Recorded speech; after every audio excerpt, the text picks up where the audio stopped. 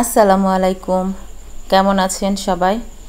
আশা করছি কাছে দূরে দেশ এবং দেশের বাহিরে যে যেখান থেকে আমার ভিডিওটি দেখছেন আল্লাহর অশেষ রহমতে আপনারা সবাই ভালো আছেন। আলহামদুলিল্লাহ, আমিও আমার পরিবারের সবাইকে নিয়ে ভালো আছি। আজকে দুপুর থেকে ভিডিওটা শুরু করেছি। দুপুরে রান্নায় কিন্তু চলে এসেছি। আর এই যে আপনাদের ভাইয়া বাসায় এসেছে এবং সে প্যারিস মুরগি, তো প্যারিস মুরগি নিয়ে আসছে। এটা মানে এত মজা লাগে আমাদের কাছে খেতে, অন্য সব মুরগির থেকে আর কি এই প্যারিসটা একটু অন্যরকম। তো এগুলা বিশেষ করে একটু বড় সাইজের হয়, আর আমরা সবাই পরিবারের সবাই আর কি এই প্যারিস মুরগিটা খুব পছন্দ করি, যার কারণে সে যখনই বাসায় আসে প্যারিসটাই নিয়ে আসে। তো রান্না তো বসিয়ে দিয়েছি। আজকে আর আমি সেভাবে রেসিপি আকারে দিলাম না কিছুই, শুধু প্রেশার কুকারে রান্না করতে হয়, এই জন্য রান্নাটাই করতেছি। প্রেশার কুকারে আগে দিয়েছিলাম, প্রেশার কুকারে একটু সিটি মেরে নিয়ে তারপর নামিয়ে কড়াইতে দিয়ে রান্না করে নিয়েছি। আর মুরগিটার ওজন ছিল 7 কেজি 200 গ্রাম। তো বাচ্চা দিয়ে 6 কেজি মতো আর কি মাংস ছিল। তো ওখান থেকেই কাটিয়ে নিয়ে আসছে, কারণ এত বড় মুরগি তো আসলে বাসায় নিয়ে এসে কাটা সম্ভব না। ওখান থেকেই আপনাদের ভাইয়া সুন্দর করে ড্রেসিং করে পরিষ্কার করে পিস করে কাটিয়ে নিয়ে এসছে। আমি বাসায় আনার পরে জাস্ট একটু দেখে শুনে ভালো করে বেছে পরিষ্কার করে নিয়ে তারপর রান্না শুরু করে দিয়েছি। তো অতটা তো আসলে একদিনে খাওয়া সম্ভব না। আমি প্রায় 4 ভাগের 1 ভাগ মতো রান্না করতেছি। 4 ভাগের 1 ভাগ না, 3 ভাগের 1 ভাগ আমি রান্না করতেছি। আর 2 কেজি পরিমাণ। তো কুকারে কিন্তু বেশ 7-8টা বাসি দেওয়া লাগছে। তারপরেও আবার এই যে কড়াইতে ঢেলে দিয়ে কিন্তু আবার সুন্দর করে কষিয়ে নিয়ে তারপরে এখানে আবার ঝোল অ্যাড করব, তারপরে আর কি রান্না করে নামিয়ে ফেলবো। আর পাশের চুলায় এদিকে মাছ ভাজি করতেছি। আজকে রান্না করব এই যে প্যারিস মুরগিটা, আর রুই মাছ রান্না করব, রুই মাছটা ভুনা করব। আর লাউ আপনাদের ভাইয়া লাউ খেতে চেয়েছে, চিংড়ি মাছ দিয়ে লাউ রান্না করব। ওই যে গত ভিডিওতে বললাম যে অনেক চিংড়ি মাছ নিয়ে আসছে আপনাদের ভাইয়া, বাগদা চিংড়ি। তো সেই চিংড়ি মাছ দিয়ে যে খাবার সবজিগুলো খাইতে ভালো লাগে সেইগুলো সবই আর কি কম বেশি তাকে রান্না করে খাওয়াবো, যে কয়দিন সে থাকবে সে কয়দিন। তো এই যে ভালো করে কষিয়ে নিয়ে ঝোল দিয়ে দিয়েছি, আর এদিকে মাছটা ভাজি করতেছি। এর মাঝে একটু ঘুরে আসি। আমার ছোট ছেলেটার বার্থডে 15 তারিখে। তো 15 তারিখেই ওরা একটা কেক তৈরি করতেছে, আমার ছেলে মেয়ে, বড় ছেলে মেয়েরা একটা কেক তৈরি করতেছে। 14 তারিখ রাত্রেও একটা করেছিল। তো কেকটা কোনো একটা কারণবশত স্টিলের পাতিলের মধ্যে করে দিয়ে বেক করতে দিয়েছিল। তো সেই কেকটা নষ্ট হয়ে গেছে, যার কারণে ওই দিন রাত হয়ে গেছিলো। তো 14 তারিখ রাত্রে আর কেক তৈরি করেনি। এটা 15 তারিখ রাত্রের দুপুরে 15 তারিখ দুপুরের ভিডিও। তো 15 তারিখ দুপুরে আবারও একটা কেক তৈরি করতেছে। তো ওই কেক বানানোর জন্য যে উপকরণগুলো লাগে আর কি সব কিছু দিয়ে মোটামুটি সুন্দর করে এই কেকটা তৈরি করেছে। মাশাআল্লাহ, এই কেকটা অনেক মজার হয়েছিল। তো আমরা কিন্তু বাবুর বার্থডে উপলক্ষে তেমন কিছুই করতেছি না, বার্থডে পালনও করতেছি না, জাস্ট বাসায় নিজেরা কেক সবসময় বানাই।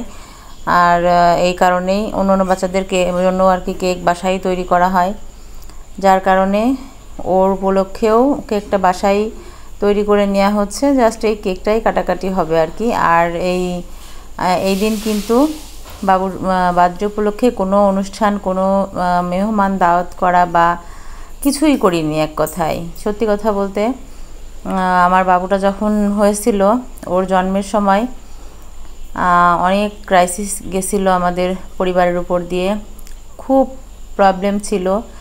আমিও শারীরিকভাবে অনেক অসুস্থ ছিলাম, না বাঁচার মতোই কন্ডিশন হয়ে গেছিলো। বাচ্চাটাও পেটের মধ্যে, তার কোনো হার্টবিট ছিল না।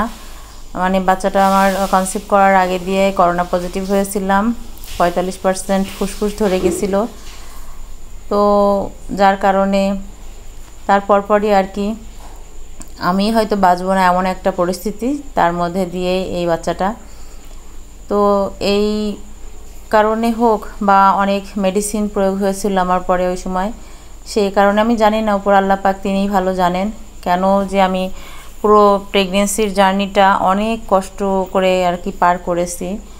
আর বাচ্চাটা হয়েও 4-5 দিন এনআইসিউতে ছিল। তো ওরও আর কি অনেক ধকল গেছে ওর জীবনের উপর দিয়ে, যার কারণে আমরা নিজেরাই সিদ্ধান্ত নিয়েছি যে না, ওর বার্থডে উপলক্ষে কোনো কিছুই করব না। জাস্ট এই যে একটা কেক বানিয়ে খাওয়া হবে, তো সেটাও বার্থডের দিন না, ওটা হচ্ছে পরের দিন করা হবে আর কি। তো ওই দিন জাস্ট একটু বানিয়ে ফ্রিজে রেখে দিয়েছিল, পরে হচ্ছে 16 তারিখে আর কি কেকটা কাটা হবে, এই জন্য রেখে দেওয়া হয়েছিল। তো ভিডিওটা কিন্তু 15 তারিখের আমি আজকে আপলোড করতেছি। আর এই যে দুপুরে আমার রান্নার ফাঁকে আমি কিন্তু এদিকে ক্যামেরা নিয়ে ঘুরে বেড়াচ্ছি। ছোট ছেলেকে নিয়ে আপনাদের ভাইয়া একটু বাইরে যাচ্ছে, কারণ ওর বার্থডে উপলক্ষে একেতে তো রান্না বান্না কিছুই করতেছি না। আর আচ্ছা, তার মধ্যে একটা কথা বলি, আমার যে ভিডিওটা রান্নাবান্নার ভিডিওটা, এটা কিন্তু 14 তারিখের ভিডিও, আর কেক বানানোর ভিডিওটা ছিল 15 তারিখের। তো আমি আর কি 15 তারিখের কেক বানানোর ভিডিওটাও এখানে 14 তারিখের ভিডিওর সাথে অ্যাড করে দিয়েছি দেখার সৌন্দর্যের জন্য। আর ভিডিও আসলে আমি করতে পারি নাই, কারণ আপনাদের ভাইয়া বাসায় আসলে এত পরিমাণে ব্যস্ত থাকতে হয় যে আমি ভিডিওই করতে পারি না। কারণ ভিডিও করা অবস্থায় আমার সব আপুরা জানেন যে ভিডিও করা অবস্থায় কাজ করতে গেলে আসলে কাজগুলো অনেক লেট হয়ে যায়, যার কারণে ভিডিও করা অবস্থায় কোনো কাজই করা পসিবল হয়ে ওঠে না। তো ও বাসায় থাকলে যদি ঠিক মতো কাজ করে ওকে টাইম যদি না দিতে পারি, বা সবসময় টাইম মতো ওকে একটু খাবার দিতে না পারি, তাহলে আসলে কেমন হয়ে যায় বলেন। যার কারণে ভিডিওর দিকে ফোকাসটা কম দিয়ে আমি হচ্ছে তাকে একটু টাইমলি খাবার টাবার দেয়া, এগুলা করার ব্যবস্থা করেছি আর কি। তো ভিডিও আসলে করা হয়নি, ছোট হয়ে গেছিলো ভিডিওটা, তো এই কারণে আমি কেকের ভিডিওটা এখানে জুড়ে দিয়েছিলাম। আর এই যে আপনাদের ভাইয়া বাবুটাকে মার্কেটে নিয়ে গেছিলো, নিয়ে যে ওর জন্য একটা হচ্ছে ড্রেস কিনে দিয়েছিল, আর ওর একটা গাড়ি কিনে দিয়েছে। এই যে গাড়ি বলতে এই যে ছোটো সাইকেলের মতো আর কি, ওইটা ওকে কিনে দিয়েছে। ওটার জন্য আপনাদের ভাইয়া রোজার মধ্যেই বলেছিল যে কিনে দেব। তো রোজার মধ্যে আমি আপনার ভাইয়ার উপরে একটু চাপ আর কি দিয়ে দিয়েছিলাম। ও আমার একটা রুমের কাজ বাকি ছিল, মানে আমার বিল্ডিংয়ে একটা বেডরুম, একটা ওয়াশরুম, একটা বেলকনি, এই 3টা কাজ বাকি ছিল। তো সেই কাজটাই কিন্তু রোজার মাসে করিয়ে নিয়েছিলাম, যার কারণে ওই সময় সত্যি কথা বলতে ও বাবুর জন্য ওটা আর কেনা হয়নি। আর ওই সময় আপনাদের ভাইয়ার টার্গেট ছিল যে ওকে ইলেকট্রিক যে গাড়িটা, ওটা মেবি 5,500-6,000 টাকা দাম, ওটা কিনে দিতে চেয়েছিল। তো আমি ওই সময় নাকচ করেছিলাম যে না, ওটা এখন ওকে কিনে দিতে হবে না, কোনো প্রয়োজন নাই। এখন যেটা কাজ করতেছি, যেটা হাতে নিয়েছি, সেটা আগে শেষ করি, কারণ একসাথে সব কিছু মাখিয়ে নিলে তো হবে না। আর আমাদের তো আসলে সরকারি চাকরি ঠিক আছে, বাট আহামরি অনেক টাকা বেতন তো আর না, যার কারণে একসাথে সব কিছু তো করা সম্ভব না। তো জানেনই এখন বর্তমানে সব জিনিসের দাম এত পরিমাণে বেড়ে গেছে যে একসাথে বাড়ির কাজ করা বা আবার সংসারের অন্য কোনো কিছু করা সব কিছু একসাথে পসিবল না, যার কারণে ওই সময় তো বাবুকে ওটা কিনে দেয়নি। তো আপনাদের ভাইয়া মনে মনে টার্গেট করে রেখেছিলেন, যে আমাকে বলেন নাই, রেখেছিলেন যে বাবুর বার্থডে উপলক্ষে বাবুকে একটা গাড়ি সে কিনে দেবে। তো সেইটা ভেবেই এবার বাসায় এসেছেন, এসে সে বাবুর জন্য এটা নিয়ে আসছেন। যে আমাকে যাওয়ার সময় কিন্তু বলেও যায়নি যে এটা আমি কিনতে যাচ্ছি, শুধু বলেছিল যে বাবুকে একটু রেডি করে দাও, ওর একটা ড্রেস নিয়ে আসি কিনে। তো কিছু তো করতে দিবা না বাবুর জন্য। তো ওই আসলে 15 তারিখে সত্যি বলতে আমি কিন্তু বাসায় বাবুর জন্য তেমন কোনো রান্নাবান্নাও করি নাই, এটা 14 তারিখে রান্নাবান্না ছিল। আর হচ্ছে বাবুকে নিয়ে একটু বাইরে নিয়ে যেয়ে ও এগুলা কিনে নিয়ে আসছে, এটাই আর কি। 15 তারিখে স্বাভাবিক আমি ডেইলি যাই রান্নাবান্না করি, সেগুলাই রান্না করেছি, সেগুলাই খেয়েছি আর কি। তো এখানে ভাত রান্না করেছি, ভাতটা একটু সুন্দর করে নেড়ে চেড়ে দিলাম। রান্না শেষ হয়ে গেলে এভাবে ভাতটা একটু নেড়ে চেড়ে দিলে ভাতটা বেশ ঝরঝরা থাকে, দলা পাকিয়ে যায় না। আর এই যে এদিকে মাছটা ভুনা করে নিচ্ছি। মাছ হওয়ার আগে কিন্তু একটু টমেটো কেটে দিয়েছি। টমেটোটা দিলে একটু হালকা টক টক একটু ভাব লাগে, ভালো লাগে। যে কোনো মাছ ভুনাতে একটু টমেটো কেটে দিলে আমার কাছে খুব ভালো লাগে।